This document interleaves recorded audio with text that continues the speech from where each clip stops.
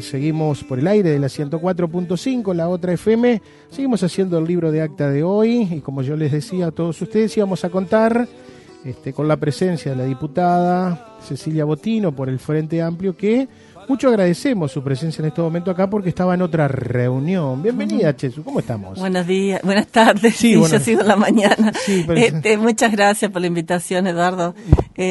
Hoy teníamos muchísimas actividades como generalmente solemos tener cuando volvemos al territorio, ¿no? En este caso, bueno, hoy tenía también actividad en el Parlamento, pero fue mi compañero Martín Piteta porque yo quería estar presente en los eventos de Paysandú Ciudad, en los que me habían invitado, y bueno, entonces por eso me vine, pero bueno, como voy a estar 3 días también en la semana, aprovechamos y ponemos todas las reuniones que tenemos pendientes, fundamentalmente con los vecinos, con las vecinas y con organizaciones sociales. Entonces, bueno, me hice un ratito también para venir por la radio para conversar con ustedes. Bien, la verdad que mucho agradecemos porque en realidad la semana anterior nos estuvo visitando por acá tras la invitación Walter Berry. Mañana va a venir también Nicolás Olivera y bueno, queríamos tener un poco la información contigo también porque hay gente, vecinos a veces de que por afinidad política, por conocimiento, o por género, se arrima y habla contigo. Básicamente hoy en la mañana, luego de los actos protocolares, hay algunas cositas que yo quería preguntarte porque hemos tenido acá en el programa a la gente de Texamérica, que es un tema que en realidad nos preocupa a todos los sanduceros en relación a qué puede llegar a pasar de cara al futuro con ese emprendimiento realmente.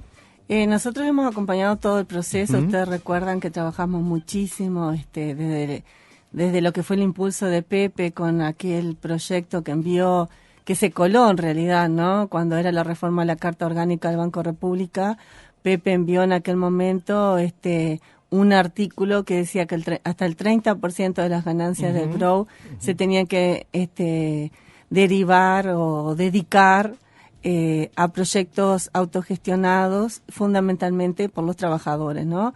Eso fue lo que permitió que en aquel momento Pailana, que estaba fundida la fábrica, ¿no? Pero no sus empresarios, sus dueños, que bien que se llenaron los bolsillos con la plata de todos los uruguayos, porque en realidad quedaron debiendo a los bancos, tanto públicos como privados, 70 millones de dólares y ellos siguen ricos, ¿no? Y acá en Paysandú dejaron un tendal. En todos lados. Y sobre todo los trabajadores, que eran los que más nos preocupaban en aquel momento, sin su principal ingreso, sin sus fuentes laborales. Y aquel momento, bueno, eso fue el pie para que, en definitiva, luego lo que fue la creación del Fondes, que en el gobierno de Pepe tuvo una creación particularmente a través de un decreto, lo que le permitió a los trabajadores organizarse como única salida.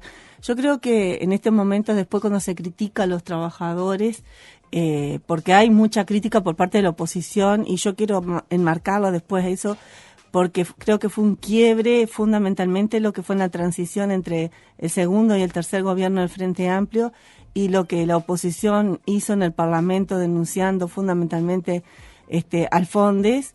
Entonces, eso yo creo que afectó fundamentalmente a los compañeros de Texamérica, sin ninguna duda. Y como la oposición a veces irresponsablemente juega un doble rol, ¿no? Que lo quiero decir. En aquel momento los trabajadores buscaron todas las alternativas, no es que se largaron ligeramente a hacer un emprendimiento autogestionario, sino que buscamos todas las salidas, se buscaron inversores privados. Ustedes recuerdan que venían a Paysandú, que prometían el oro y el moro, y en realidad lo que se vio que únicamente una salida responsable, porque había un proyecto atrás que lo sustentaba, que fuera solventado por el fondo, era lo que iba a permitir darle continuidad al proyecto. Pero bueno, luego vinieron avatares. Sí, Cristina nos cerró la protección a su mercadería. Una fue esa. La verdad que competir con los mercados chinos en la industria textil en cuanto a precio, no en calidad, es prácticamente imposible. Sí. Los compañeros a su vez tuvieron dificultades porque yo creo que La salida de Caloya del Banco República también fue una jugada que empeoró las cosas, porque no es lo mismo tenerlo a Caloya en el Banco República, sinceramente tomando algunas decisiones políticas, que bien se encargó la oposición también de voltearlo. Yo creo que hubo ahí una actuación política y jurídica que hizo que una persona que había levantado el BROW, que permitía que tuviéramos ganancias, porque digo, si el Banco República no tiene ganancias, el fondo es imposible que se solvente. Pero los compañeros quedaron primero tratando de desarrollar su proyecto en un año bisagra como el de la campaña electoral, ¿no? Sustentados únicamente con un decreto, porque Pepe al final de su mandato en el último año mandó un proyecto de ley que lamentablemente nuestra bancada del Frente Amplio no le dio trámite. Entonces, sustentados únicamente, reitero, con un decreto. Con un decreto. Y sin terminar lo que fue todo su proyecto de desarrollo, pero también de sustentación, ¿no? Financiera. Comenzó el año pasado, nos agarró en eso. Ni bien comenzábamos el periodo parlamentario, un legislador del Partido Nacional, Goñi, presentó primero mediáticamente, porque esa es la costumbre, ¿no? Primero van por la prensa haciendo denunciando al Fondes. Y cuando vos denunciás al Fondes, denunciás a los proyectos de los trabajadores que están atrás, sustentados por el Fondes. Sea cual sea el Fondes. Exactamente. En aquel momento con una preinvestigadora que yo integré, y que hicimos un informe que era claramente que no daba lugar a ninguna... no había ningún sustento jurídico que diera lugar a una comisión investigadora. Pero eso hizo mucho ruido, sinceramente, porque primero que pone en duda el uso de los dineros públicos, ¿no?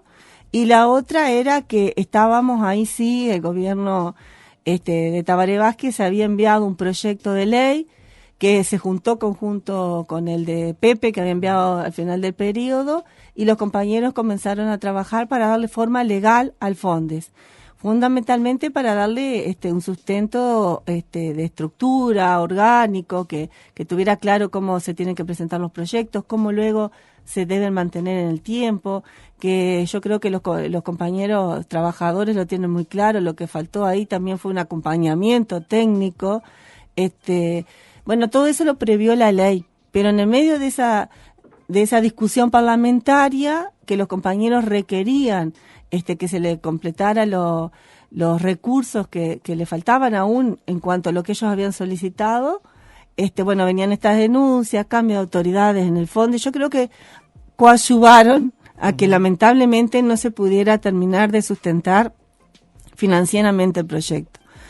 Sí hay que decir que, bueno, nosotros estuvimos en todo momento acompañando a los trabajadores, haciendo fuerza para que este proyecto, que para nosotros era fundamental para el departamento, se siguiera sustentando tal como había sido planificado. Sabemos que las cuestiones internacionales han influido muchísimo, como decía, es casi imposible competir con los productos chinos, y a su vez la región está en unas condiciones económicas muy malas, ¿no? Ahora, en base a esto que vos planteabas, entonces queda estudiando un poco la interna como del mismo Frente Amplio, que hay dos visiones, más allá de que la gente, por decir utilizar un término, la gente que proponga a Tabaré Vázquez en estudiar para darle un marco jurídico, un marco reglamentario, lo que sea el Fonde, pero las ideas o los proyectos que se venían a través de un decreto en el gobierno de Mujica tampoco se mantuvieron, o sea que hubo mucho ruido de parte de la oposición atacando a la SU, que era, o sea, poniendo en confrontando proyectos de exactamente, trabajadores contra trabajadores, pero en realidad en este caso el gobierno, Tabaré Vázquez compra eso y no facilita o no dinamiza lo que estamos hablando, que acá en Paysandú $2 millones hubiesen cambiado en algo la historia, o si no, en realidad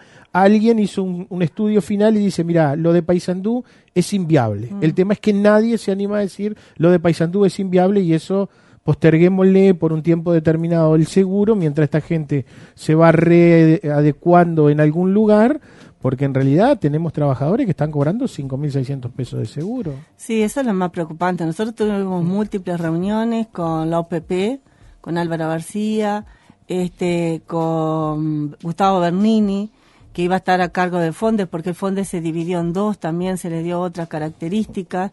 No, por eso decía, no es el mismo FONDES pensado originalmente por Mujica, ¿no? Y incluso la estructura de ese FONDES que por una parte va a ser solventado y llevado adelante por la INACOP, también costó a través de sacar la ley para darle la forma legal y jurídica. Era una de las cuestiones que nos decían los compañeros que están en la gestión, y bueno, que nosotros tenemos que respetar y creerlo, porque en definitiva son ellos los que manejan los dineros públicos. Mientras tanto, yo quiero destacar y resaltar la voluntad de esos trabajadores que siguieron adelante con su idea, con su visión de que los trabajadores pueden ser dueños de los medios de producción y que no tienen que estar únicamente atados a un empresario capitalista que le destine lo que queda del lucro a pagarles un salario. Por eso digo, acá hay una visión de clase también confrontada con la derecha, un doble juego que yo decía hasta con los actores políticos locales, porque mientras desde acá se les daba el apoyo, en realidad en el Parlamento nosotros veíamos que todas las intervenciones que hacían eran en contra del FONDES, y eso no ayuda a nada. Vos tenés que tener un único discurso. Si estás a favor de lo que te conviene para tu departamento y le decís a los trabajadores con los que te enfrentás día a día que lo estás apoyando, luego en el Parlamento tenés que tener una única actitud. Fíjate que la ley de FONDES salió únicamente con los votos del Frente Amplio. ¿Así que los otros dos diputados votaron en contra? Sí, sí.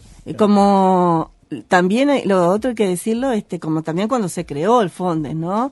Hay dos discursos igual distintos de parte de los otros dos diputados de la oposición, porque ellos lo han dicho claramente cuál es su postura, pero yo reitero, ahora nosotros estamos en el medio de un proyecto que fue analizado por parte del Ministerio de Industria, que se pusieron a trabajar también compañeros que están en el LACTU, en la Facultad de Ingeniería, que tuvo un apoyo de parte de la Intendencia de Paysandú, a los efectos de, ver cuál es la mejor salida para, si no era el proyecto original, para que esos trabajadores que siguieron adelante con el proyecto, que se la siguieron jugando, puedan seguirlo, fundamentalmente con la maquinaria que está ahí.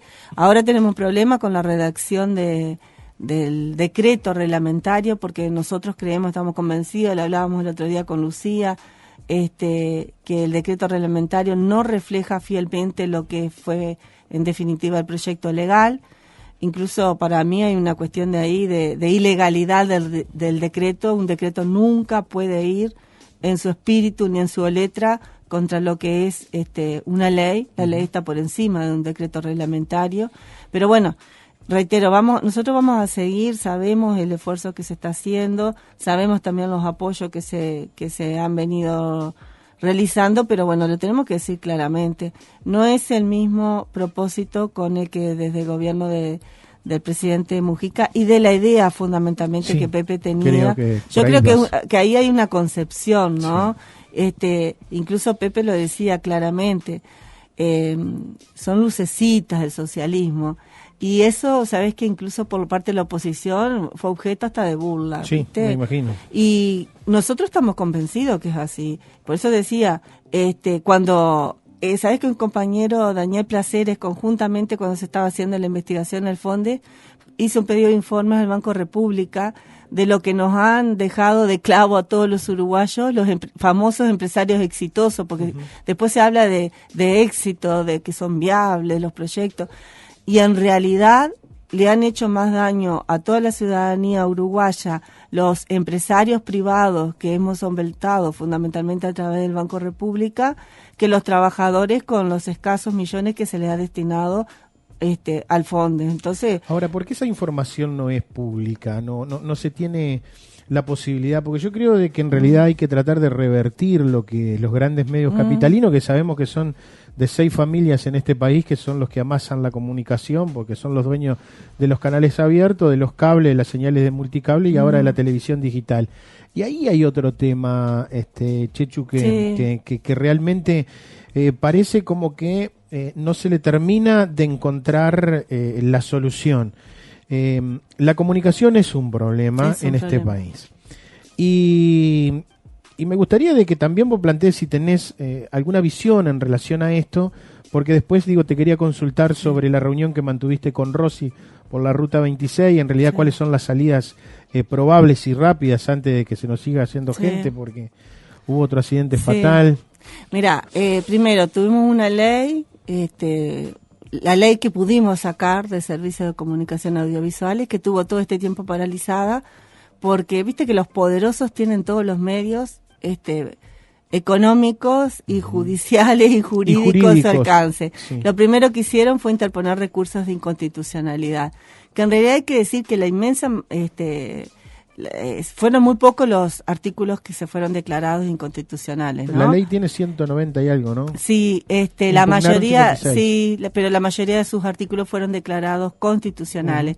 La semana que viene, el viernes que viene, invitado por nuestro equipo de diputación, viene el compañero Gustavo Gómez, que trabajó muchísimo y que sabe mucho más de lo que podemos saber nosotros de lo que fue la ley de servicios de comunicación audiovisuales y a su vez cómo los fallos de la Suprema Corte de Justicia queda finalmente la ley.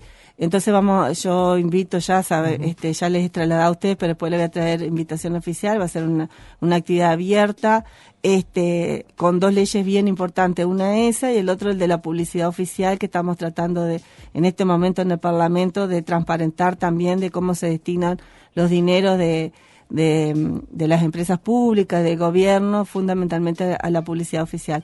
Pero ¿qué es lo que pasa? Es muy difícil contrarrestar a los medios hegemónicos con la publicación. ¿Quién ha sacado el pedido de informe que ha hecho Daniel Placeres, con lo que ha significado los empresarios privados que han fundido este país y que no les ha importado dejar tendales de trabajadores en la calle, que estamos solventando todos a través de los seguros de paro, como vos bien decías? Nadie le ha dado difusión. Por eso también desde la fuerza política muchas veces se ve la necesidad de tener medios de comunicación propios. Yo igual creo que siempre es mínimo lo que podamos hacer frente a estos medios que en realidad son aliados de la oposición. Son parte de la oposición. Son aliados, incluso operan de la misma manera en todo el continente, ¿no? Nosotros lo estamos viendo, lo que ha significado para los gobiernos progresistas. 2 cosas, uno los medios de comunicación hegemónicos y otro el Poder Judicial, actuando en forma conjuntamente con los partidos de la oposición de derecha. Y bueno, fíjate, yo me pongo como ejemplo yo, ¿no? Digo, yo el año pasado presidí una de las comisiones más importantes del Parlamento, que es la Comisión de Constitución y Código de la Cámara de Diputados, donde pasan la mayoría de las leyes, ¿no? Ni una vez fui entrevistada como presidenta de la comisión, cuando en realidad salimos ahí en el ámbito parlamentario, están todos los medios de comunicación, y sin embargo sale la oposición y le ponen con muchísima facilidad los micrófonos para a veces distorsionar hasta lo que son las reuniones de las comisiones, ¿no? Eso es un claro ejemplo de que vos en realidad redireccionás hacia la defensa de tus intereses la información que querés dar.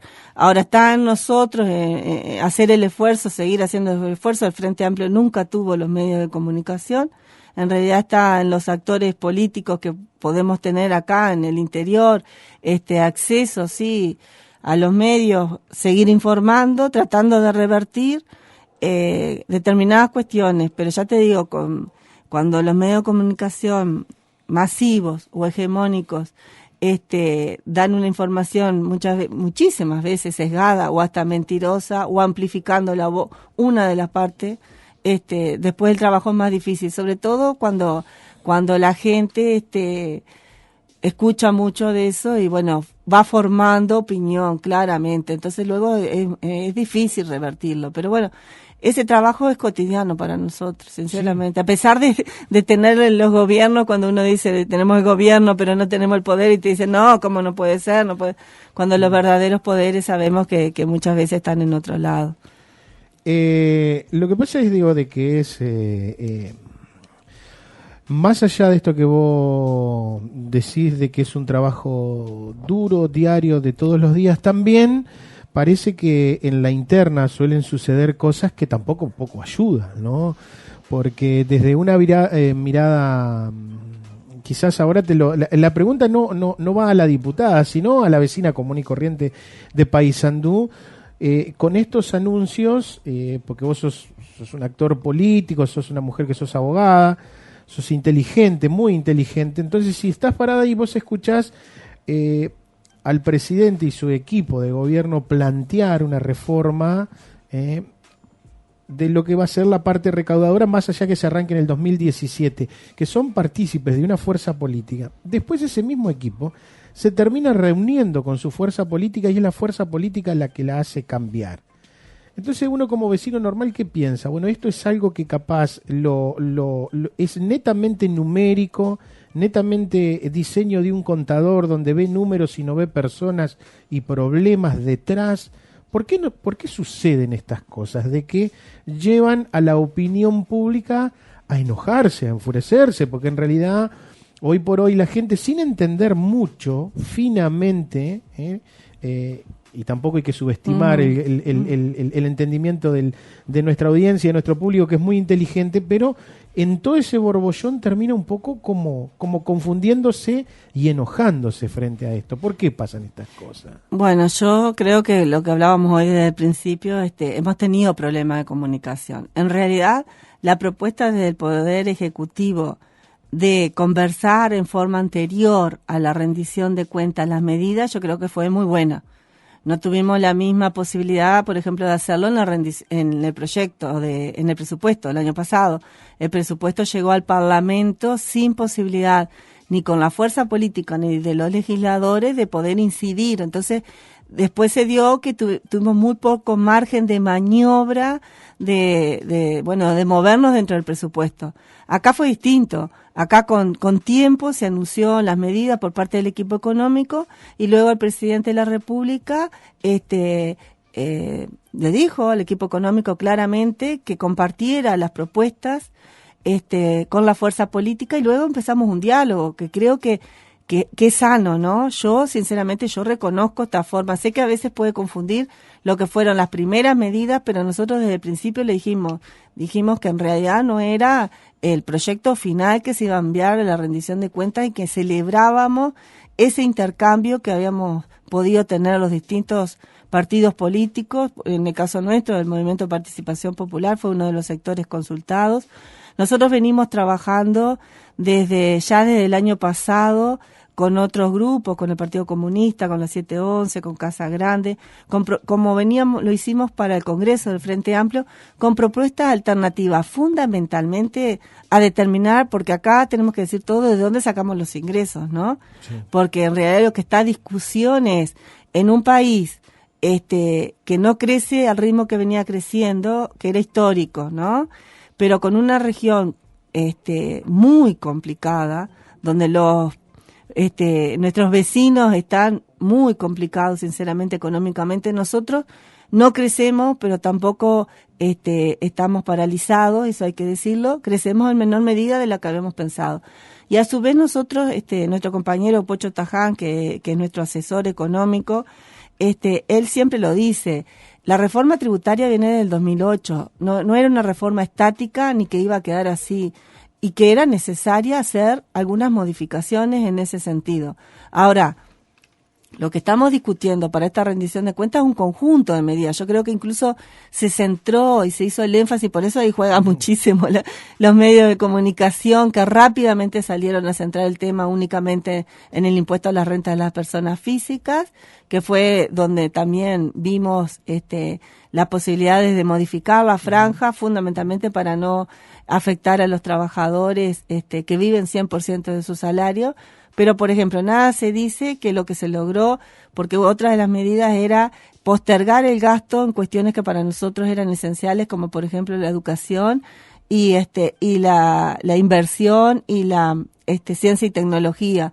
En ese intercambio que hubo entre ejecutivo y fuerza política y legisladores, logramos hacer entender y a su vez proponer de dónde sacar recursos para que ese traslado de gastos que se iban a posponer para el año que viene no se haga.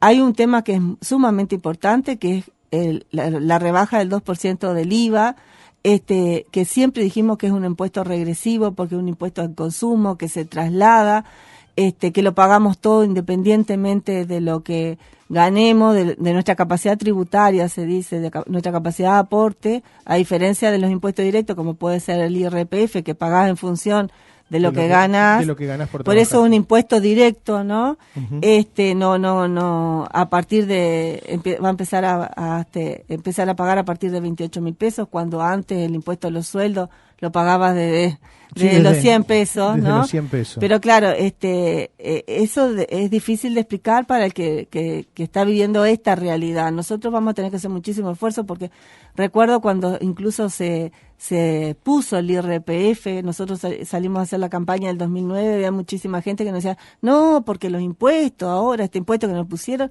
sí, y veíamos, no, pero aparte veíamos que era imposible que desde el lugar de donde estaba viviendo lo que ganaba, entonces le pedíamos a la gente, tráiganos su recibo, y en realidad no estaban pagando impuestos y antes pagaban. Entonces, Pacha Sánchez, nuestro compañero que ahora es candidato a la presidencia, es uno de los candidatos a la presidencia por el Frente, hablaba ayer de construir un discurso también desde la izquierda, ¿no?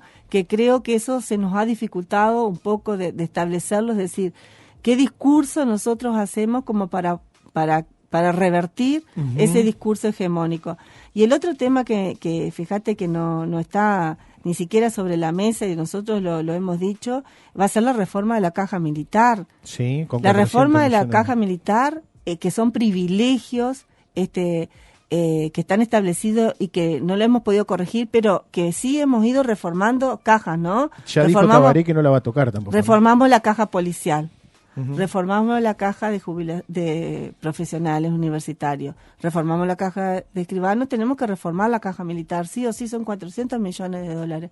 Ahora también con la rendición de cuentas viene un impuesto a las jubilaciones más altas. Eso tampoco, ¿vos has escuchado en algún lado que una de las medidas sea un impuesto a las jubilaciones militares más altas? Nadie lo dice, sin embargo está dentro del paquete de medidas.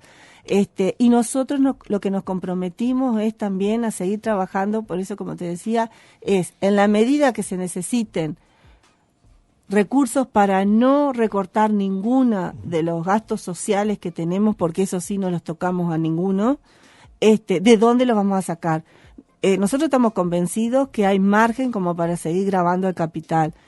Un 1% del impuesto a las rentas de las empresas o del impuesto a la renta de las personas físicas pero que tienen ingresos por capital, significa 90 millones de dólares. O sea, ahí hay un margen como para seguir trabajando. Nosotros le hicimos la propuesta al Poder Ejecutivo. Lo que esperamos es que en definitiva ser contemplados también en ese sentido y algunas definiciones.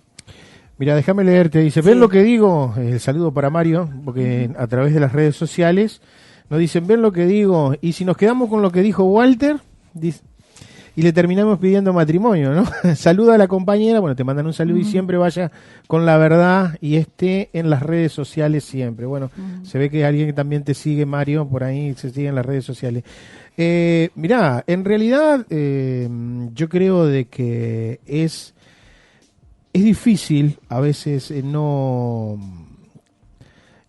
entender no sé si es el dolor, porque el término no es dolor, el dolor pasa por otro lado, sino creo que es el malestar que nos sucede, porque quizás de repente hoy yo a mis 45 años no visualizo la problemática de los jubilados, del hombre de más de 65 años, que en este país nos sucede de que vos venís en tu vida trabajando, quizás ganando, tomemos 50.000 pesos en el núcleo familiar, te jubilás y pasás a 25, automáticamente, ¿tá? En muchos casos a mucho menos. Entonces, ahí es como que si la persona al jubilarse cambiase su modo de vida. Entonces creo que tenemos que seguir trabajando en cosas que socialmente deberían ser más justas. Y lo otro, ya 2 por 1, porque lo de la ruta 26 lo vamos a dejar para más para adelante, es básicamente por qué el mismo gobierno en su estudio a través del Instituto Nacional de Estadística prevé una canasta de 60.000, pero en esta rendición se le hace la quita desde los 33.100 ya hay aportes. Porque en realidad un 10% al tipo que gana 33 son 3.310 pesos, paga la luz. Sí, sí. Primero, la seguridad social se cambió, ¿se acuerdan? Cuando en los 90, y no fuimos los uruguayos capaces de lograr en un plebiscito derogarla, ¿no? ¿Se acuerdan que pusimos a consideración de todos los uruguayos? Nosotros estábamos convencidos que era un sistema totalmente injusto la creación de las AFAP, de un sistema mixto, cuando estamos convencidos que el único sistema posible es un sistema solidario. Igual hay que decir que actualmente el BPS, a pesar de todos los esfuerzos que estamos haciendo por mejores controles, que hay muchísimos más trabajadores aportando, sigue siendo sustentado en un 7% de su presupuesto por rentas generales, ¿no? Entonces, aún no es solvente por sí solo la seguridad social. Entonces, ahí también tenemos muchísimo para trabajar. Nosotros hemos participado de lo que ha sido los aportes del equipo de trabajadores, fundamentalmente encabezado por Ramón Ruiz, de sus propuestas. Creemos que las AFAP y fundamentalmente a quienes obligaron en su momento a adherirse al sistema, que no tuvieron más opción, son muy problemáticas, sinceramente. Implica que la gente no se pueda jubilar, y ese es todo un círculo hasta vicioso, porque en realidad el que sigue trabajando y sigue aportando porque no se puede jubilar, porque la jubilación pasa a ser muy baja, es un lugar menos para esos jóvenes que también estamos diciendo que en realidad el desempleo mayor es de las mujeres mayores de 40 años y de los jóvenes, ¿no? Entonces, pero es muy difícil de revertir cuando las AFAP quedaron instaladas, cuando han invertido. Pero ya te digo, vuelvo a decir, no fuimos tampoco capaces en aquel momento, cuando se puso a consideración, de darnos cuenta de lo que significaba, lo nefasto que iba a ser este sistema mixto de jubilaciones. Ahora hay proyectos de ley que están tratando de paliar un poco la situación, ¿no? Pero tenemos que ir a una reforma constitucional. Yo estoy convencida que tenemos que ir a una reforma constitucional donde el sistema de seguridad social esté contemplado en este sentido. Nosotros lo estamos trabajando, lo hemos propuesto en nuestra fuerza política, y bueno, esperamos, el Frente Amplio es el único partido que está trabajando en una reforma constitucional. El resto, la oposición ya lo dijo, lo único que estarían en condiciones sería de ver alguna posible reforma electoral, pero no el resto. Nosotros creemos que hay reformas que son estructurales, que requieren sí o sí una reforma constitucional, y una de ellas es la reforma de la seguridad social. Y lo otro, claro, es donde ponemos el corte, ¿no? La canasta en realidad básica no mide otras cosas que no tienen nada que ver con los ingresos de los uruguayos. Yo decía, bueno, la preocupación que se dio por la gente, que muchísima de ella en realidad ni siquiera pagan IRPF, yo creo que va atada con la preocupación que tiene que dar por todos esos miles de uruguayos que en realidad no pagan IRPF, es decir, aquellos que no están en condiciones ni siquiera de acceder a las condiciones mínimas. Hay un tema que va atado a eso, y que compartimos la preocupación de la central, del PICNT, que es el tema de la negociación colectiva, y cómo esta cuestión hasta de los impuestos y de los aumentos de los impuestos pueden, en un año que también es de negociación colectiva y de consejo de salario, puede comerse todo lo que significa los aumentos salariales. Nosotros estábamos preocupados por eso. Digo, en esta oportunidad no estuvo. Sabemos que el ministro de Trabajo está tan preocupado como nosotros, Néstor Murro, una de sus principales, pero el tema salarial no estuvo presente en este tema porque no formaba parte del paquete de medidas que se iban a enviar en la rendición de cuentas. Pero Claro que hay que hacer un mayor esfuerzo por el tema de mejorar fundamentalmente los salarios que son más bajos, y que bueno, si bien esos aportan, fíjate que hay otro, hablábamos de salario hasta 28.000 pesos, que en realidad no están pagando IRPF, y esos son la inmensa mayoría de los trabajadores. Y esos son, la verdad, que de las cosas que más nos preocupa, conjuntamente con el desempleo. Primero hay que decirlo, estamos en un sistema capitalista. Estas crisis son cíclicas, se producen cada 14 años, la última fue en el 2002, fíjate, estamos en el 2016. Al sistema capitalista estas crisis les convienen, ¿no? Eso también hay que tenerlo en cuenta, de esta coyuntura. Esperemos que esa coyuntura no nos traslade, ¿no? Porque en el 2002 el Partido Colorado Exactamente, por eso yo digo, yo creo que nosotros hemos sido... nosotros hemos acompañado sinceramente los esfuerzos que ha hecho el gobierno, porque por eso decía, no se afectan las políticas sociales que siguen todas vigentes, no se afecta la educación, lo que se invirtió en el presupuesto, ni en educación, ni en salud. Sabemos que hay que hacer mayores esfuerzos, pero en realidad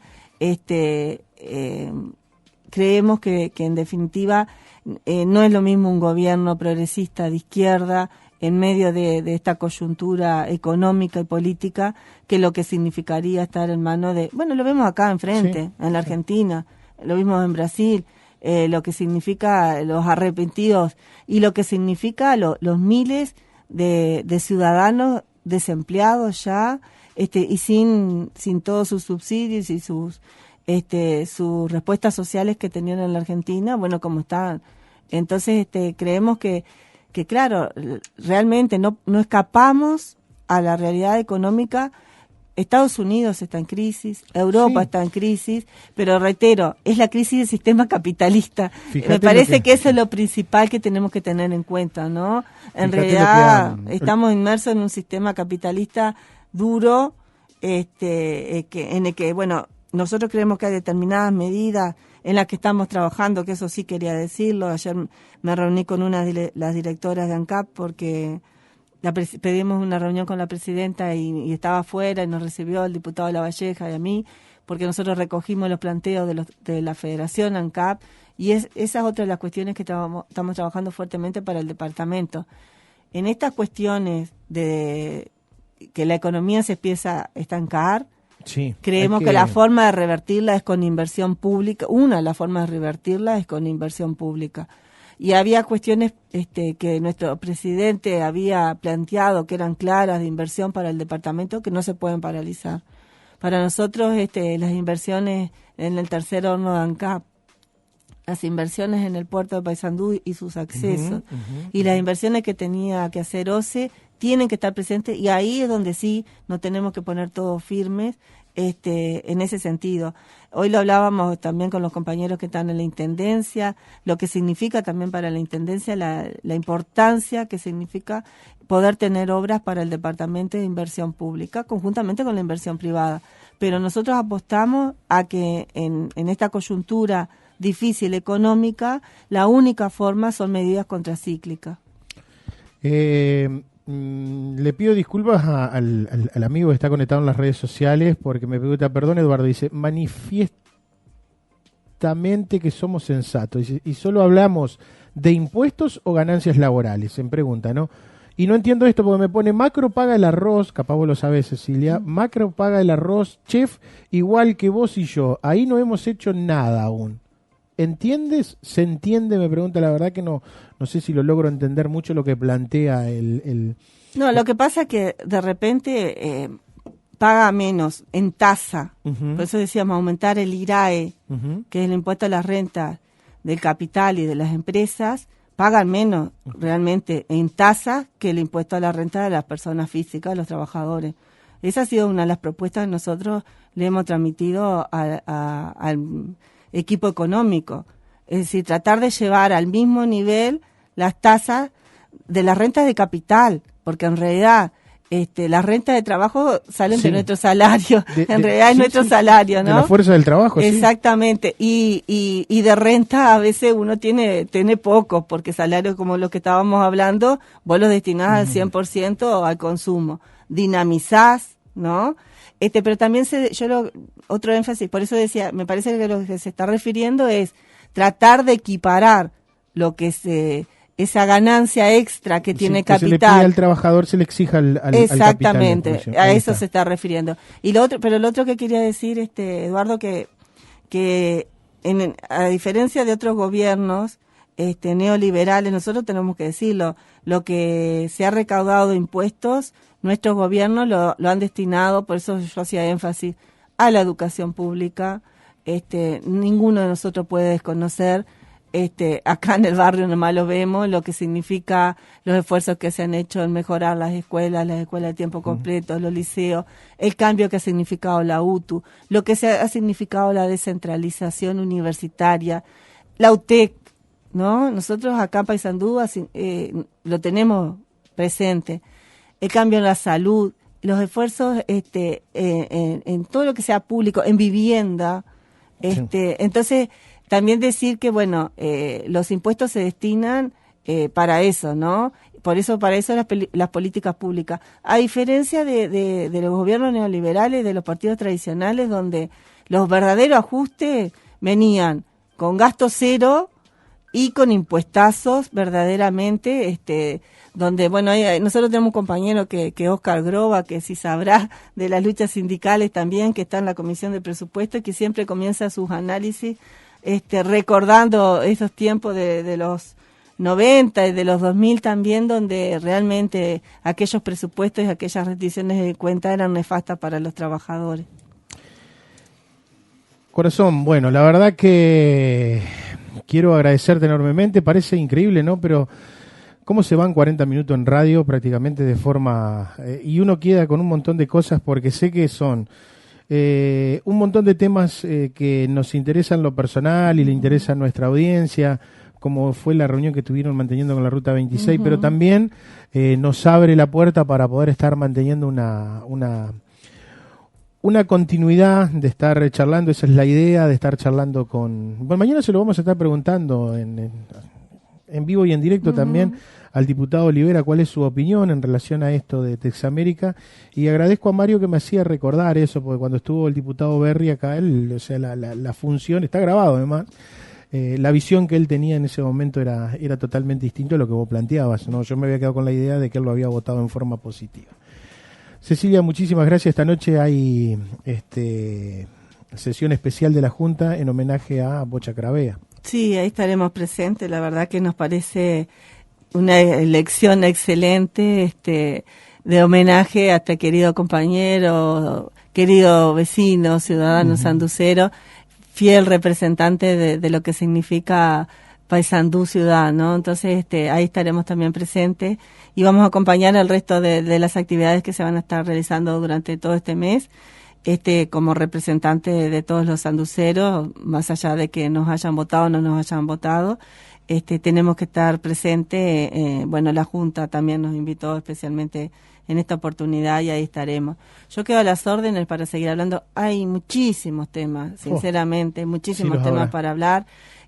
La rendición de cuentas todavía no ha ingresado, o sea, vamos a tener, ingresa por el Senado, tenés 45 días en el Senado, después 45 días en diputados, donde también ahí las organizaciones sociales se van a estar presentando y ahí también va a haber margen para la negociación.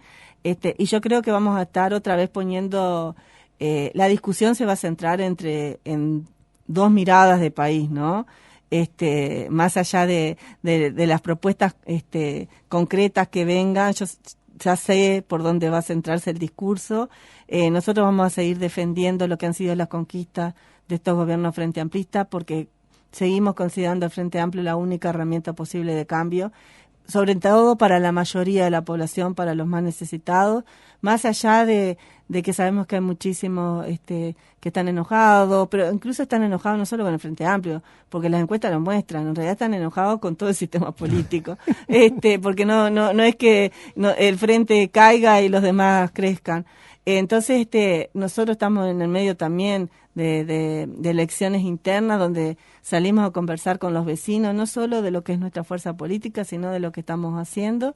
Y bueno, la verdad que los medios de comunicación, como las radios comunitarias como esta, que nos permiten llegar a una barriada enorme, nos permiten, bueno, ir paliando un poco, en realidad, un poco la desinformación. Pero siempre lo digo, incluso cuando hemos ido a debate, en realidad yo siendo la diputada mayoritaria, tuvimos más de 40.000 votos del Frente Amplio, termino siendo minoría, porque claro, del otro lado tengo 2 opositores, entonces las voces no quedan siempre balanceadas, pero bueno, hacemos el esfuerzo igual de seguir trabajando como lo estamos haciendo y rindiendo cuenta, porque a eso nos comprometimos. En nuestra campaña dijimos, vamos a rendir cuenta de nuestro trabajo y lo estamos haciendo diariamente. Nos conta. Gracias, Cecilia. Gracias a usted.